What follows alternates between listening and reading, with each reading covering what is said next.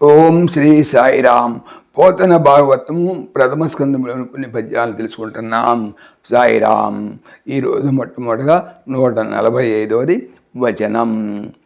అని ఇట్లొడంబరచి తనకు మిత్రుండును సారథియు అయిన హరి మేలన చుండంగా కవచంబుదుడికి గాంధీవంబు ధరించి కపిధ్వజుండై పురుషుతుని వెంట రథంబు తోలించిన.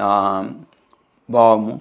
ఇలా ద్రౌపదికి నచ్చజెప్పి ఆత్మీయుడైనటువంటి శ్రీకృష్ణుడు మేలని ప్రశంసిస్తుండగా అర్జునుడు కవచాన్ని ధరించి గాంధీవాన్ని చేతబట్టి కపిధ్వజంతో కూడిన రథాన్ని సారథి నారాయణుడు ముందుకు నడుపుతూ ఉండగా అశ్వత్థామను వెంట తరుముతూ వెళ్ళాడు.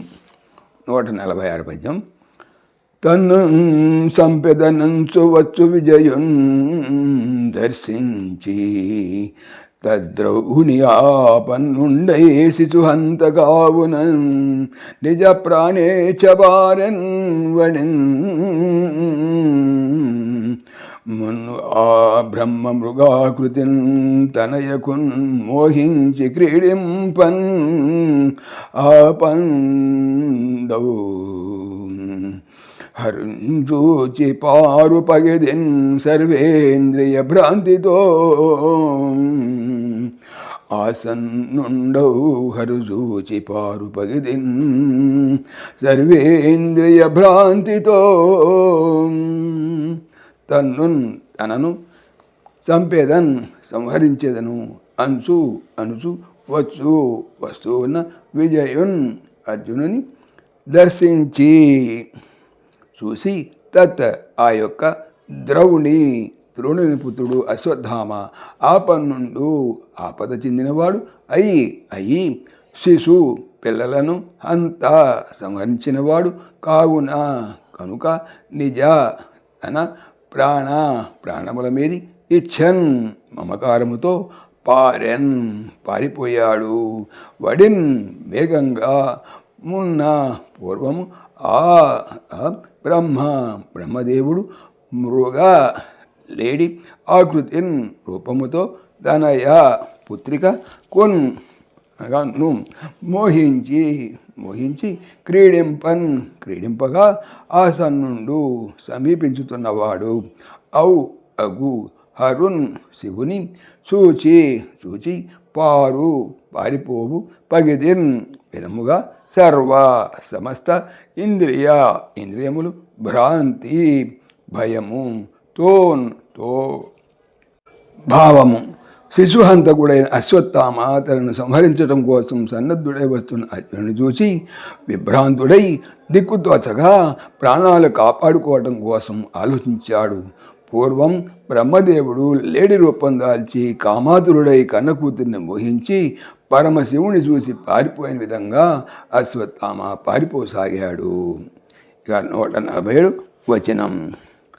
ఇట్లోపినంత దూరంబు బరువిడి వెనుక చూచి రథతురంగంబులయుట తెలిసి నిలిచి ప్రాణరక్షంబునకు వండపాయంబులేమి నిశ్చయించి జలంబుల వాచిత్రోణనందనుండు సమాహిత చిత్తుండై ప్రయోగంబకాని ఉపసంహారంబు ఏరకయు ప్రాణ సంరక్షణార్థంబు పాదుని మీద బ్రహ్మ శిరోనామకాస్త్రంబున్ ప్రయోగించిన అది ప్రచండ తేజంబున దిగంతరాళంబు నిండి ప్రాణభయంకరం వైతోచిన్ హరి అర్జునుడిట్లనియే. భావం తెలుసుకుందాం. ఈ ప్రకారంగా ఓపికొన్నంత వరకు పారిపోతున్న అశ్వత్థామ ఒక్క మాట వెనక్కి తిరిగి చూశాడు. రాధాశ్వాసాలు అలసిపోయినట్లుగా తెలుసుకున్నాడు. ఇక తన ప్రాణాలను రక్షించుకోవడానికి వేరే ఉపాయం లేదనే నిశ్చయంతో అశ్వత్థామ ఆచమనం చేసి ఏకాగ్ర చిత్తంతో ప్రయోగమే కాని ఉపసంహారం తెలియని బ్రహ్మశిరో నామకాస్త్రాన్ని పార్థునిపై ప్రయోగించాడు. ఆ బ్రహ్మశిరో నామకాస్త్రం ప్రచండ తేజంతో సకల దిక్కులు వ్యాపించి సర్వ ప్రాణులకు భయం కలిగిస్తూ విజృంభించడం చూసి అర్జునుడు కృష్ణుని ఇలా అర్థించాడు. సాయిరామ్. పవిత్రమైనటువంటి భాగవతం చెప్పేది ఏమిటి? బాగా అవుతాము అని. ఓం దాశరథాయ విద్మహే సీతావల్లభాయ ధీమహి తన్న రామ ప్రచోదయాత్. సర్వం శ్రీ రామార్పణమస్తు. జై శ్రీరామ్, జై శ్రీరామ్.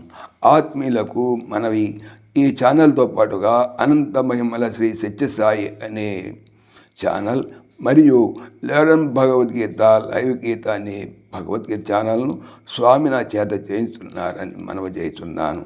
వీటికి సంబంధించిన లింక్స్ డిస్క్రిప్షన్లో చూడవచ్చు. సాయిరామ్.